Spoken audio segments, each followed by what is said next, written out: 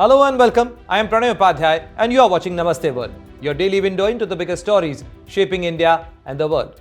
We begin in South Asia. India faces a tough choice as a US trade deal cuts tariffs but risks billions in higher fuel costs. Back in America, the US is stockpiling critical minerals through Project Vault, taking equity stakes to counter China and secure supply chains. This is a trade reset, not a tweak, as US tariff on Indian goods plunge, reshaping exports and competitiveness. And the biggest news of the day, the Indian Supreme Court slammed WhatsApp and Meta, halting user data sharing and calling coercive privacy policies a threat to citizens' rights. All that and more. Global flashpoints, power plays, and the stories that matter coming up in this edition of Namaste World. So stay tuned. The Supreme Court of India has strongly criticized WhatsApp and its parent company Meta over data sharing practices, calling them a decent way of committing theft of personal information. In a sharp comment during today's hearing, Chief Justice Suryakant-led bench restrained WhatsApp from sharing any user data with Meta or anyone else until further orders. The court declared it will not permit the exploitation of even a single Indian citizen's privacy rights. The judicial bench was hearing appeals against a penalty of over 213 crore rupees imposed by the Competition Commission of India on WhatsApp's 2021 privacy policy. That policy required users to accept data sharing with Meta for targeted advertising or lose access to the service. The court slammed the take it or leave it approach as coercive. Nothing that so-called opt-out option is too technical for ordinary users like street vendors or people in rural areas to understand. Chief Justice of India also asked the company, and he said that what choice does the customer have as you have created a complete monopoly. The bench emphasized that users pay for the free service with their data, which is then used for behavioral tracking and targeted advertisements, even appearing suspiciously after private conversations. Meanwhile, Solicitor General Tushar Mehta, appearing for the government, added that the citizens are treated not as customers but as products with data commercially exploited. The Supreme Court made it clear that no dilution of privacy rights will be tolerated, and it directed that the penalty amount already paid by the Meta cannot be withdrawn for now, implemented by the Ministry of Electronics and IT as party, and posted the matter for further hearing on February 10th, where interim directions will be considered. This strong stance underscores India's growing emphasis on protecting personal data and curbing monopolistic practices in digital space. More details as the case progresses, so stay tuned and keep watching India Today. India stands as a pivotal crossroad as a landmark trade deal with the United States cuts tariffs but nudges New Delhi away from discounted Russian oil. Lower export barriers promise growth, yet pricier American crude could add billions to fuel bill, inflation and subsidies. So who really gains and what price will India pay? Here is a report by Rudrashish Kanjilal. India stands at a crossroads. On one side, a historic trade deal with the United States, promising lower tariffs and stronger economic ties.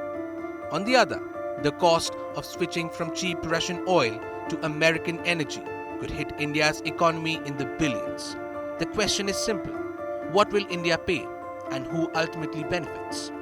After months of negotiations, Indian Prime Minister Narendra Modi and US President Donald Trump sealed a landmark trade agreement.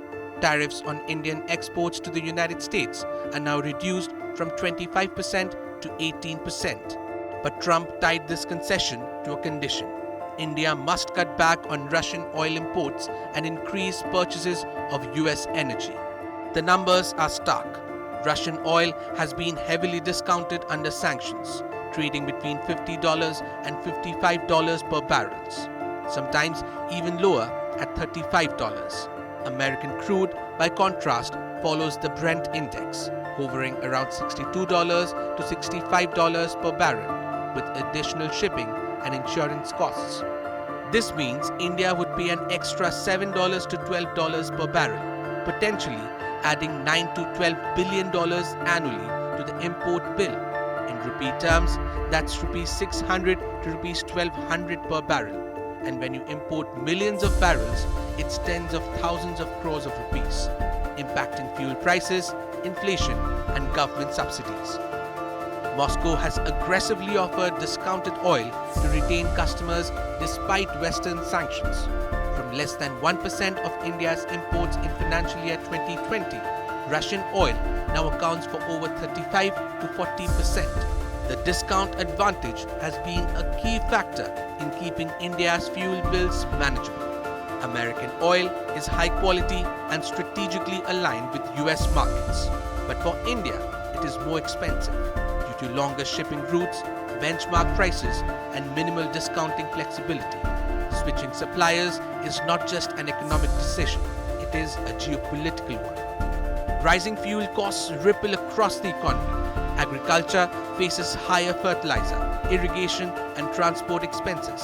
Pharma companies, which dominate exports of generics to the US, could see profit margin drop by 5 to 10%. Even small tariff reductions in the trade deal may be offset by ballooning energy bills, leaving consumers and businesses to bear the brunt. India must now weigh the gains from lower US tariffs against the billions of dollars extra for energy imports. A shift from the Russian oil could raise India's fuel import bill by $9 to $12 billion.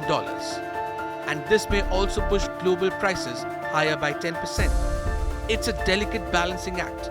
Trade benefits versus energy costs, economic growth versus geopolitical alignment. The India-US trade deal promises a new era in commerce, but the cost of reducing dependence on Russian oil is real, measurable, and could reshape India's economy. The choice made now will not just affect fuel prices, they will influence agriculture, healthcare, exports, and inflation for years to come.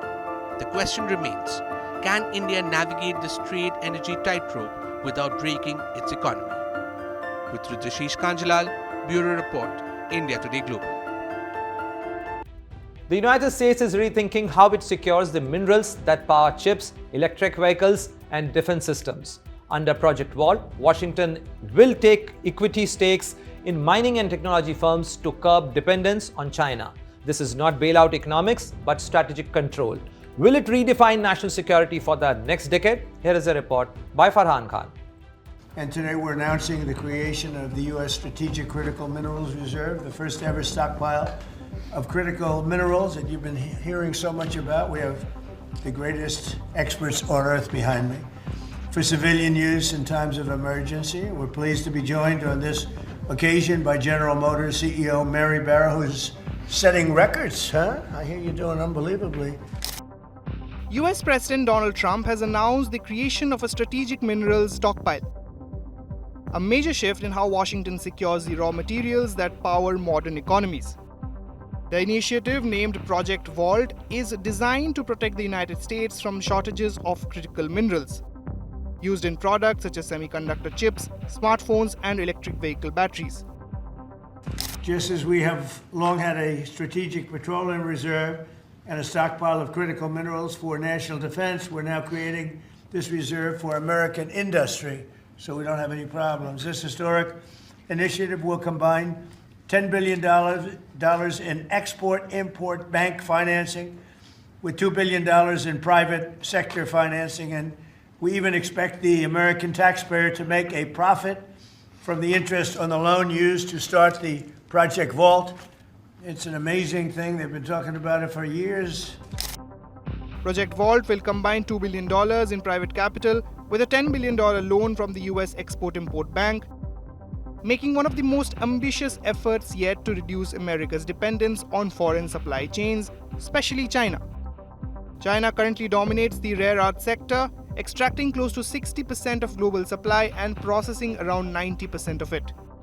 Beijing has repeatedly used export controls as leverage in trade and diplomatic negotiations, something the Trump administration sees as a strategic vulnerability. Over the past year, my administration has taken extraordinary steps to make sure the United States has all of the critical minerals and rare earths that we need.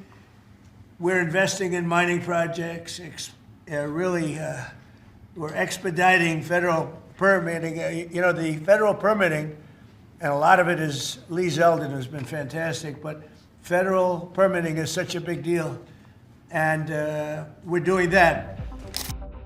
Unlike previous approaches, the US government is not just offering grants. It is buying equity stakes in companies across the minerals and technology supply chain. In 2025, the administration converted federal grants into ownership positions in 7 companies. Among them is USA Rare Earth, where the government acquired a 10% stake to support plans for domestic rare earth and magnet production. The project is backed by funding under the CHIPS Act and is expected to begin commercial production in 2028. The government has also taken a roughly 10% stake in Korea Zinc, helping finance a $7.4 billion smelter in Tennessee that will anchor a new mining complex. Commercial operations are expected by 2029.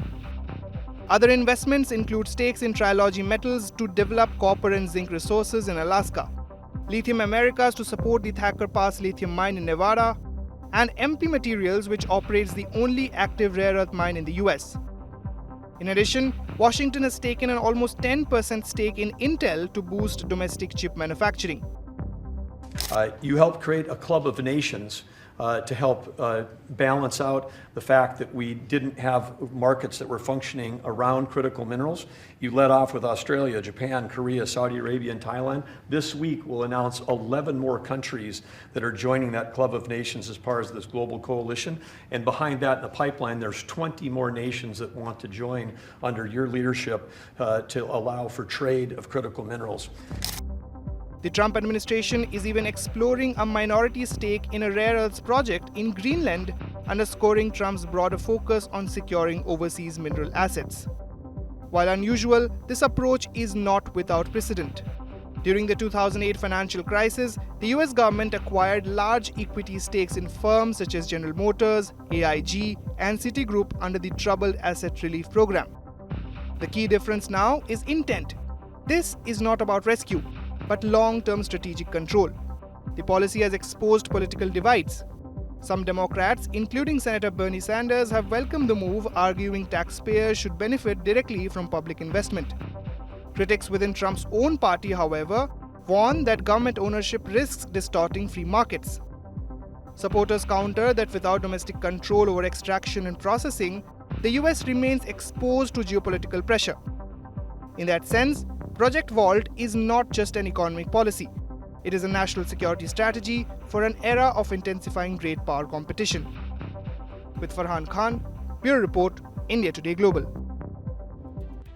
This is not a routine tariff tweak, but a hard reset in India-US trade ties. Washington has slashed duties on Indian goods from a crashing 50% effective levy to 18%, reshaping prices, margins, and competitiveness overnight. Which sectors win first, and how far does this shift really go? Here is a report by Rudrashish Kanjilal. This is not a routine tariff tweak. This is a reset. The United States has slashed its reciprocal tariff on Indian goods from a punishing 50% effective levy to just 18%. And for Indian exporters, this changes the game. US President Donald Trump's decision marks one of the most significant shifts in India-US trade in years, one that directly hits prices, profits, and global competitiveness. So who gains the most? Which sectors win immediately? And why does this matter far beyond trade numbers? Let's break it down. At the most basic level, tariffs decide price. Take a simple example. An Indian exporter ships goods worth $100 to the US. At a 25% tariff, the landed cost jumps to $125.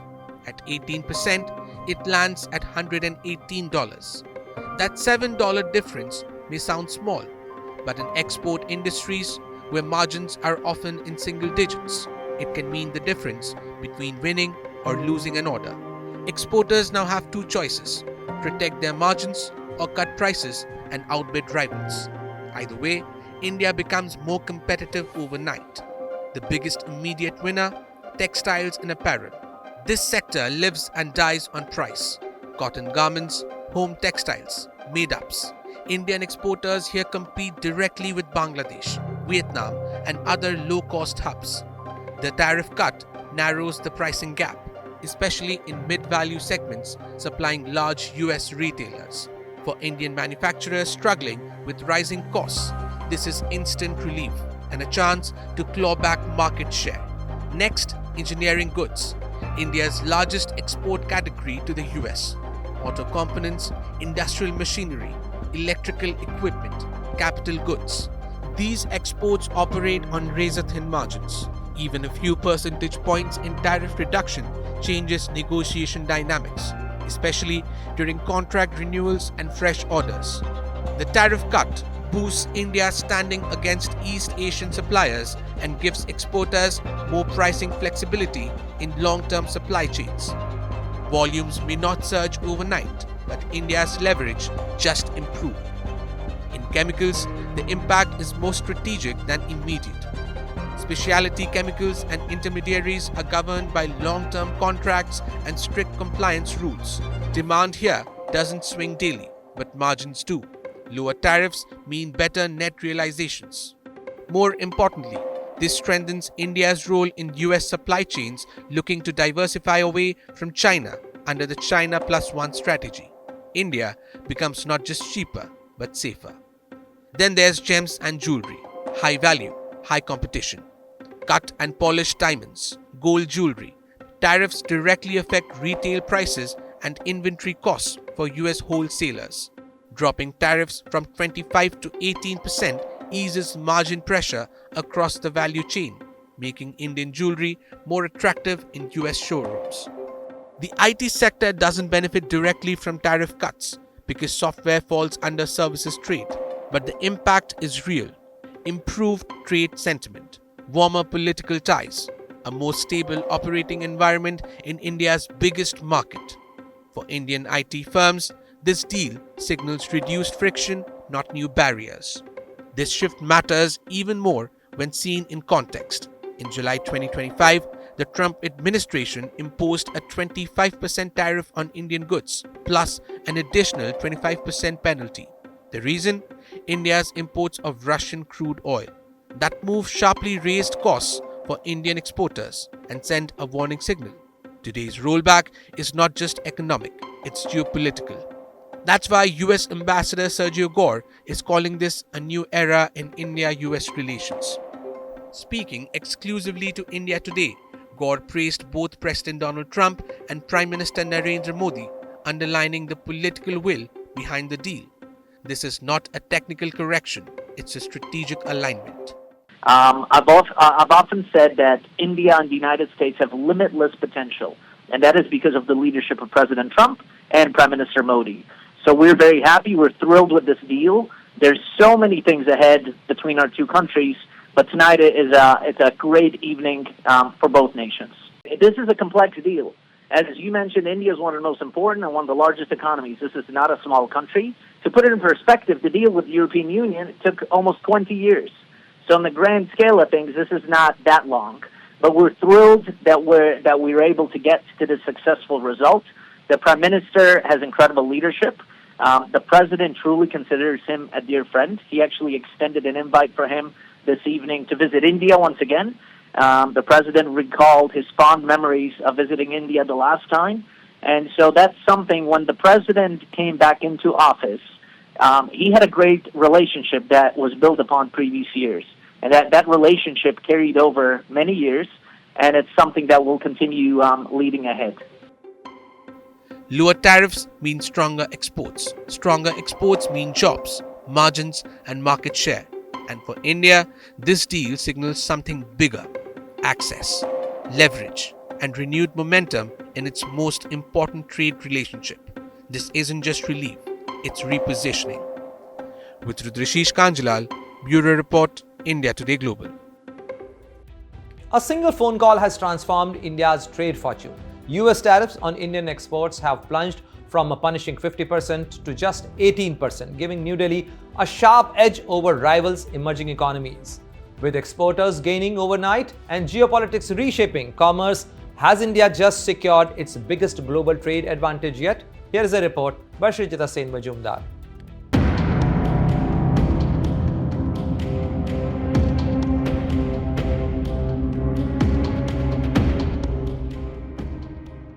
%50%. That's the brutal tariff India was paying to export its goods to America. But in one phone call, one single conversation, that number just got slashed down to 18%. And the ripple effects? They are enormous. India was among the hardest hit emerging economies. A 50% tariff, including a 25% penalty just for buying Russian oil, was making Indian products expensive, uncompetitive, and frankly, shut out of the American market. But on February 2nd, President Trump and Prime Minister Modi spoke on the phone, and what came out of that call is being called a historic trade deal. India is suddenly outpacing its peers in the global tax race. A closer look at emerging economies reveals stark differences in US tariff burdens. Brazil and China bear the heaviest levies at 50% and 47.5% respectively, while South Africa faces 30% and Mexico 25%. Across Southeast Asia, Vietnam sits at 20% and Thailand, the Philippines, Malaysia and Indonesia each carry 19%. With its revised 18% rate, India now holds a distinct advantage over most of its regional peers. Countries like Bangladesh, Sri Lanka, Taiwan and Vietnam continue to face higher tariffs, while Pakistan, Indonesia, Malaysia, Thailand, the Philippines and Cambodia are all taxed at 19%. India now outpaces almost all of them.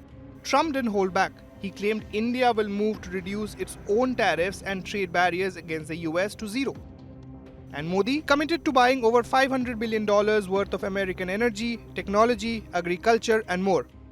So what does this mean in real terms? Indian exporters now have a significant price advantage.